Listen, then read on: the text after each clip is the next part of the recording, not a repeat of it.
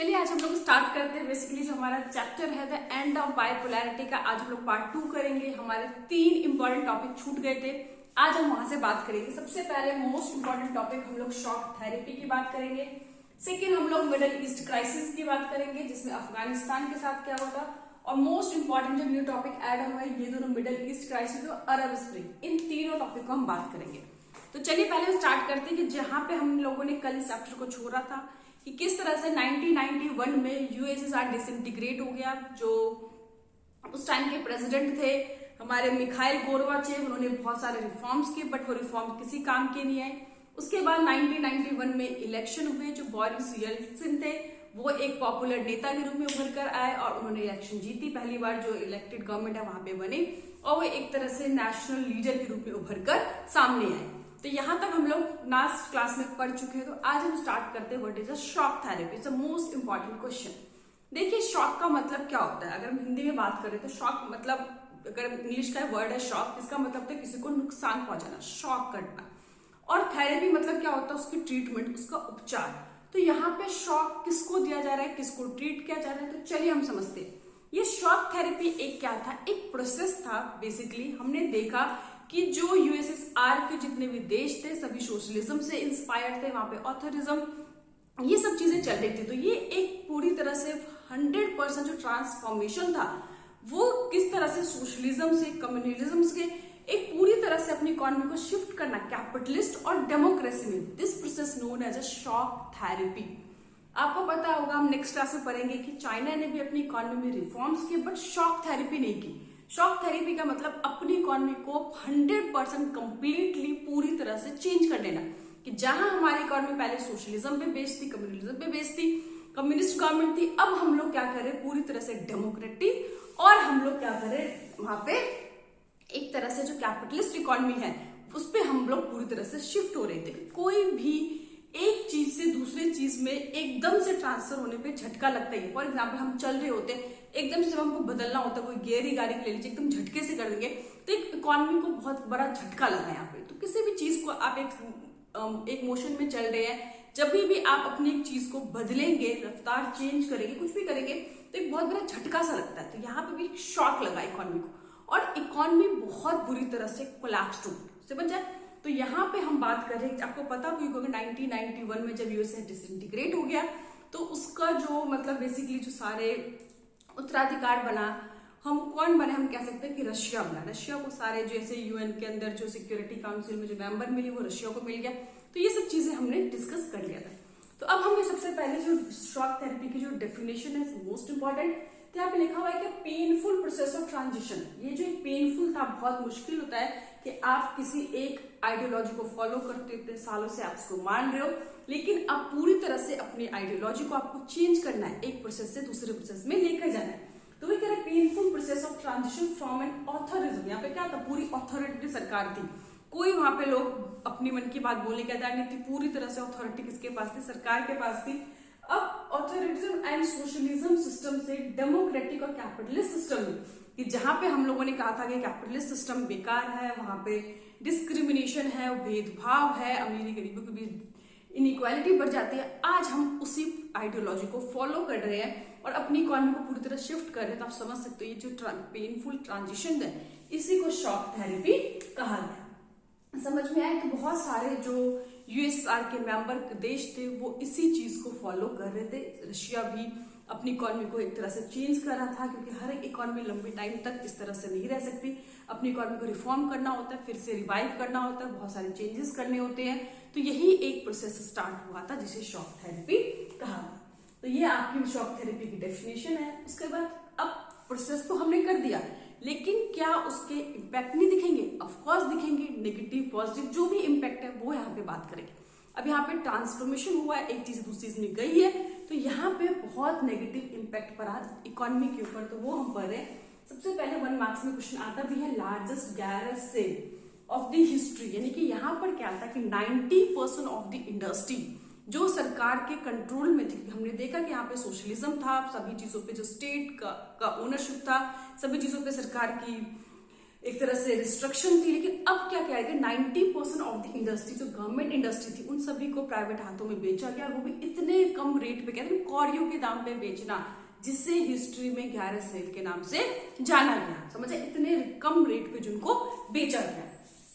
अब बाकी रूबल, वहां की जो करेंसी है, रशिया की जो करेंसी रूबल है, वो बहुत बुरी तरह से गिर गई। ऑफकोर्स जब इकोनॉमी कोलैप्स होती है तो उसकी जो करेंसी होती है सबसे पहले वही कोलैप्स होती है, तो ये इकोनॉमी जो थी बहुत बुरी तरह से उसकी गिरी, तो सबसे पहले उसका जो करेंसी रूबल है उसको सबसे ज्यादा इम्पैक्ट किया।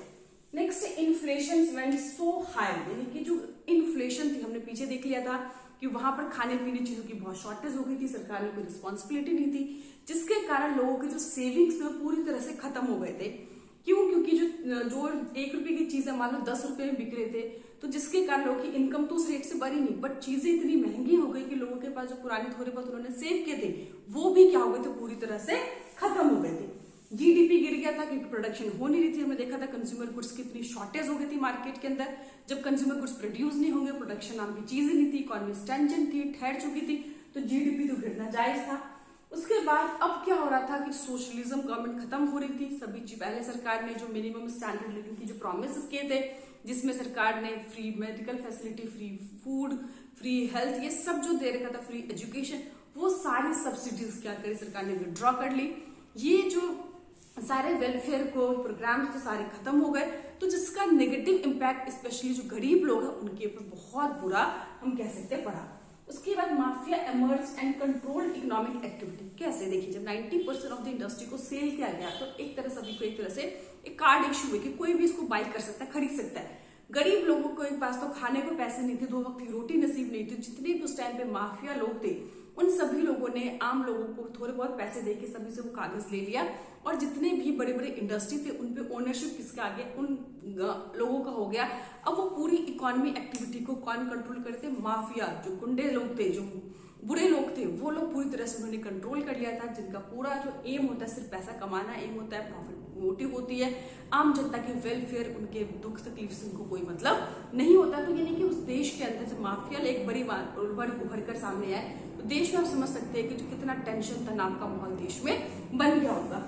नेक्स्ट ये कि जो डिस्पैरिटी बिटवीन अमीर और गरीब लोगों के बीच जो इनइक्वालिटी थी, जो कहा गया था कि भैया सोशलिज्म सरकार के अंदर इक्वालिटी पे जोड़ देंगे, लेकिन अब सोशलिज्म सरकार ही कोलैप्स हो गई, तो यहाँ पे अमीरों और गरीबों के बीच जो डिफरेंसेस थे वो बहुत ज्यादा बढ़ गए थे, और जिसके कारण एक अमीर वर्ग बन गया था, दूसरा गरीब वर्ग, जिनको 2 वक्त की रोटी भी नसीब नहीं हो रही थी।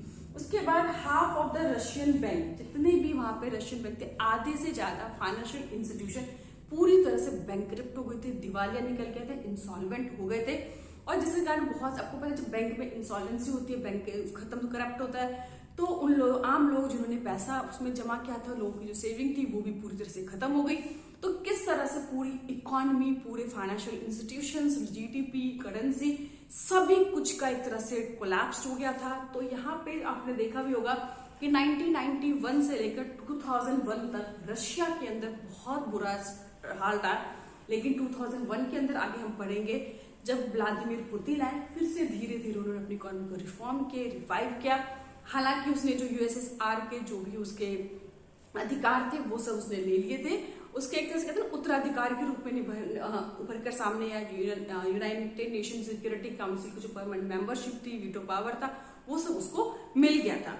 फिर आगे हम पढ़ेंगे कुछ देश कैसे रशिया के साथ इन्वॉल्व है, कुछ देश अपने कैपिटलिज्म अमेरिका के ग्रुप में शामिल हो गए, तो ये सब चीजें हम आगे में पढ़ेंगे। अभी फिलहाल हमें शॉक थेरेपी की डेफिनेशन पढ़ना जाए और उसका इम्पैक्ट क्या हुआ, किस तरह से 11 सेल हुआ, करेंसी गिर गई, जीडीपी गिर गया, अमीर गरीबों के भी डिफरेंसेस हो गए, बैंकरप्सी हो गई, फाइनेंशियल इंस्टीट्यूशन खत्म हो गए, माफिया लोग यानी कि वहां पे लड़ाई झगड़े दंगे ये सब कितनी बड़ी मात्रा में फैल गए, ये सब चीजें हमने यहाँ पे देखा। शॉक थेरेपी का इम्पैक्ट किस तरह से इकोनॉमी में पड़ा। अब ये 2 टॉपिक हमारे नए टॉपिक है, तो एक है middle east crisis, Afghanistan, also most important, क्योंकि अफगानिस्तान वॉर इन्वेजन का जो एक रीजन है वो भी यूएसएसआर के डिसइंटीग्रेशन का कहीं ना कहीं बहुत बड़ा एक रीजन है। तो अब हम यहाँ पे थोड़ी सी स्टोरी समझते हैं कि भैया यहाँ पे क्या था, मिडिल ईस्ट क्राइसिस था क्या अफगानिस्तान। तो सबसे पहले आपको याद रखना है कि यहाँ पे कि 1960 में जो किंग जाहिर शाह थे, उन्होंने कुछ पॉलिटिकल रिफॉर्म्स किए, जैसे कि वुमेन को एजुकेट करने के लिए बहुत सारे अधिकार थे लोगों को, मतलब राजा तो थे लेकिन वो चाहते थे कि वहां पे लोगों को अधिकार मिले, लोगों की लाइफस्टाइल अच्छी हो, वुमेन एजुकेट हो, उनको भी अधिकार मिले। इस तरह के रिफॉर्म करना स्टार्ट कर दिया। 1973 में जो दाऊद खान थे उन्होंने क्या करा कि तख्ता पलट कर दिया, कि उसको हटा दिया राजा को, और जबरदस्ती वहां पर तख्ता पलट करके वो क्या बन गए, खुद वहां के प्रेसिडेंट बन गए। क्योंकि इन्होंने रिफॉर्म्स किए थे, पॉलिटिकल रिफॉर्म, और इलेक्शन वगैरह उन्होंने करा दिया था। इन्होंने मतलब जो जाहिर शाह थे वो मतलब अपने अननेसेसरी जो पावर अपने पास होल्ड करने बिलीव नहीं करते, जनता को उन्होंने अधिकार दिया। तो ये सारे रिफॉर्म्स के कारण वहां के कुछ लोग नाराज थे, और 1973 में जो दाऊद खान थे खुद को उन्होंने तख्ता पलट करके खुद को वहां का प्रेसिडेंट उन्होंने डिक्लेयर कर दिया।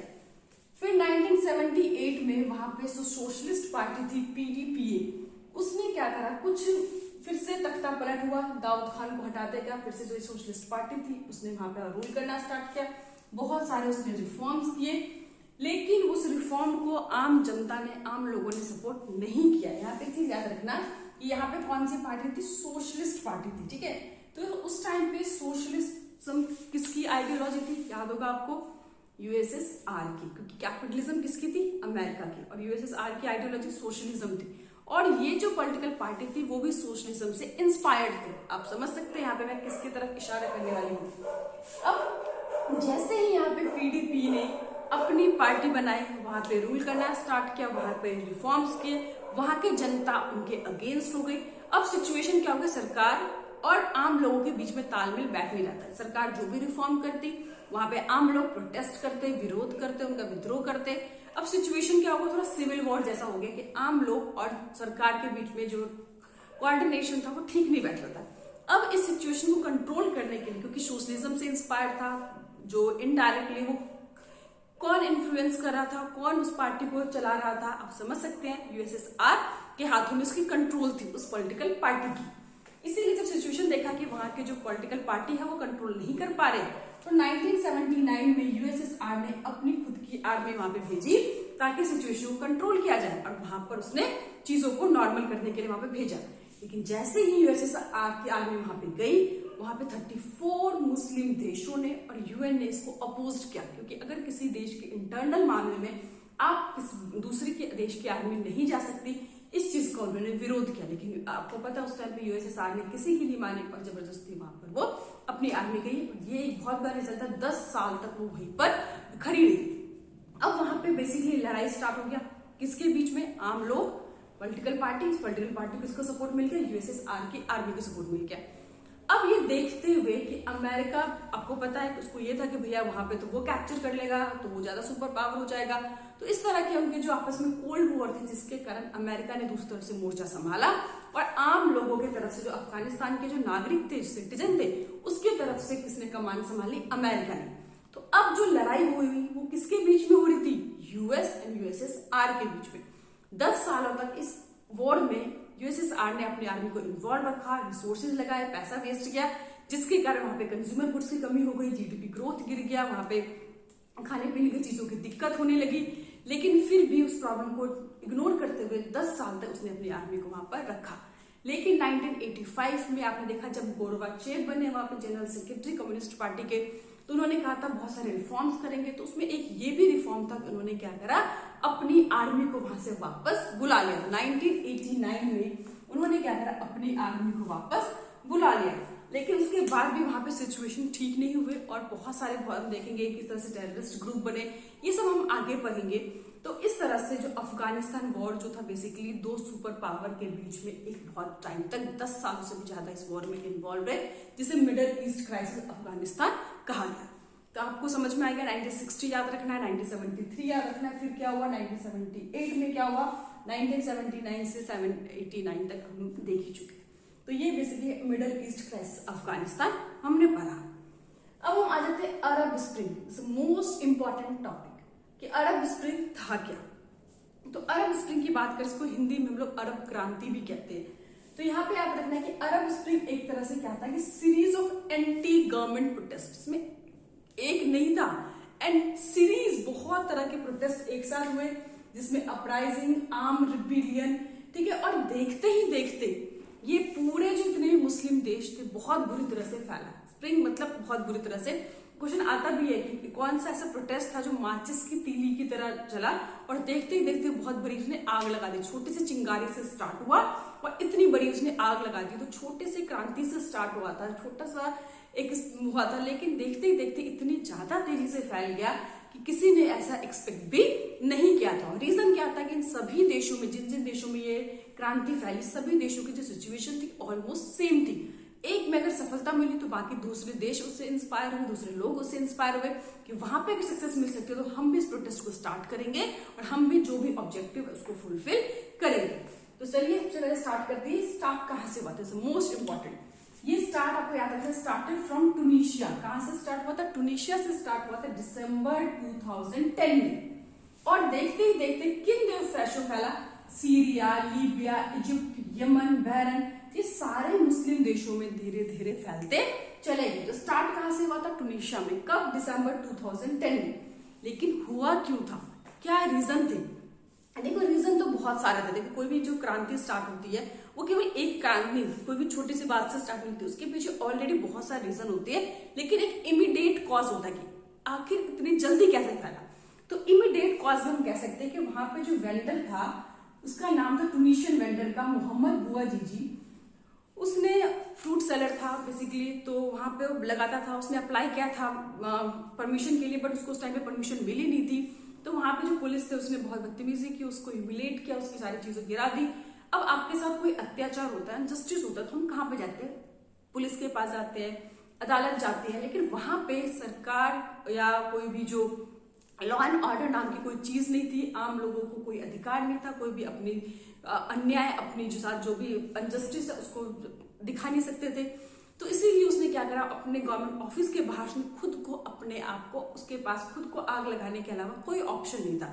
उसने खुद को वहां पे क्या करा, आग लगा लिया।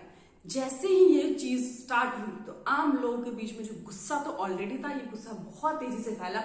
वहां पे कुछ लोगों ने इसकी वीडियो बना ली, क्योंकि इसमें सबसे इंपॉर्टेंट रोल जो है वो सोशल मीडिया का है। आज के टाइम में आपको पता है कहीं पे भी कोई भी घटना हो, जैसे ही लोगों ने वहां पे वीडियो बनाना स्टार्ट किया, लोगों को फॉरवर्ड किया, धीरे धीरे देखते इतना वायरल हो गया कि जनता जो है प्रोटेस्ट पे आ गई, विद्रोह पे आ गई। और ये जो विद्रोह थे तो कारण क्या थे इसके? एक तो वहां पे सबसे पहले जो सरकार थी वो बहुत ज्यादा करप्टेड थी।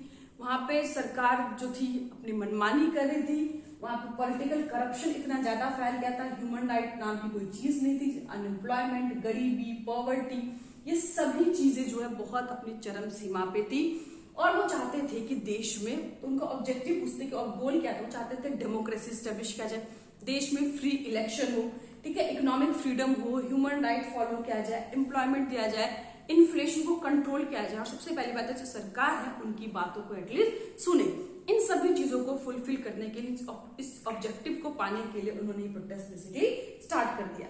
अब मेथड क्या? Civil disobedience, civil resistance, protest, insurgency, right, ये सारी चीजें उन्होंने मतलब एंटी सीरीज, एक नहीं बहुत सीरीज उन्होंने बहुत सारे एक साथ सरकार पे प्रेशर बनाया, ताकि सरकार का जो तख्ता पलट हो सके, जो सरकार इतने टाइम से अपनी मनमानी कर रही है उसको खत्म किया जाए और आगे मोहम्मद बुआजी जैसे लोग खुद को आग ना जलाए, क्योंकि उनके पास और कोई ऑप्शन नहीं अपनी मन की बात कहने का। तो आम जनता ने इसीलिए ये प्रोटेस्ट को स्टार्ट किया। स्टार्ट कहां से हुआ? टूनिशिया से, मोस्ट इंपॉर्टेंट। और देखिए इसका इम्पैक्ट कितना जल्दी, यहाँ पे दिसंबर 2010 में स्टार्ट हुआ और 14 जनवरी 2011 आते आते वहां के टूनिशिया के जो प्रेसिडेंट थे बेन अली, जो कि 1989 से वहां पे रूल कर रहे थे, उनको पूरी तरह से तख्ता पलट हो गया, वो वहां से हट गए। तो कहते हैं ना कि जनता की ताकत बहुत बड़ी होती है। आप तभी तक वहां पे रूल कर सकते हैं जब तक जनता आपको चाहती है। अगर जनता से मिलकर अगर अपने पे आ जाए तो बड़े से बड़े जो रूलर, चाहे आप कितने पुराने रूल क्यों ना, कितना ज्यादा आप में अथॉरिटी क्यों ना हो, रूल करने की कैपेबिलिटी क्यों ना, लेकिन जनता के सपोर्ट के बिना आप वहां पे रूल नहीं कर सकते, ये उन्होंने दिखा दिया। तो जैसे टूनिशिया में सक्सेस हुई, वही सारे सिचुएशन दूसरे मुस्लिम कंट्री थे, लीबिया, सीरिया, यमन, इजिप्ट, वहां पे भी यही सभी चीजें थी, यही सारी प्रॉब्लम थी, जिसके कारण वहां पे प्रोटेस्ट स्टार्ट हुआ। और देखते देखते इजिप्ट में भी वहां पे याद रखना होस्नी मुबारक, जो कई सालों से 1979 से रूल कर रहे थे, उनका भी तख्ता पलट हो गया। सो मोस्ट इंपॉर्टेंट, सोचो कितने कितने पुराने जो रूलर थे, जो अपनी मर्जी से रूल किए जा रहे थे, जनता की कोई परवाह नहीं थी, पॉलिटिकल पूरी तरह से करप्ट हो चुके थे, इन्फ्लेशन, पॉवर्टी, अनएम्प्लॉयमेंट चरम सीमा पे थे, लेकिन जनता की बात को सुनने को तैयार नहीं थे, जिसके कारण इतने लंबे साल के रूल करने के बावजूद जनता ने उनको अपनी गद्दी से उठाकर फेंक दिया। तो ये जो क्रांति थी, ये जो एक मतलब अरब क्रांति बहुत ही इंपॉर्टेंट टॉपिक है कि सभी मुस्लिम देशों में बहुत आग की लपेटों की तरफ धीरे धीरे सब में फैल गया। तो ये अरब स्प्रिंग न्यू टॉपिक है, middle east crisis new topic है, बाकी जितने भी पढ़े हमने सारे ऑलमोस्ट हमारे पुराने टॉपिक है। आई होप आपको समझ में आ गया। कोई दिक्कत हो, प्रॉब्लम हो, प्लीज आप लोग मुझे कमेंट कीजिए। Thank you.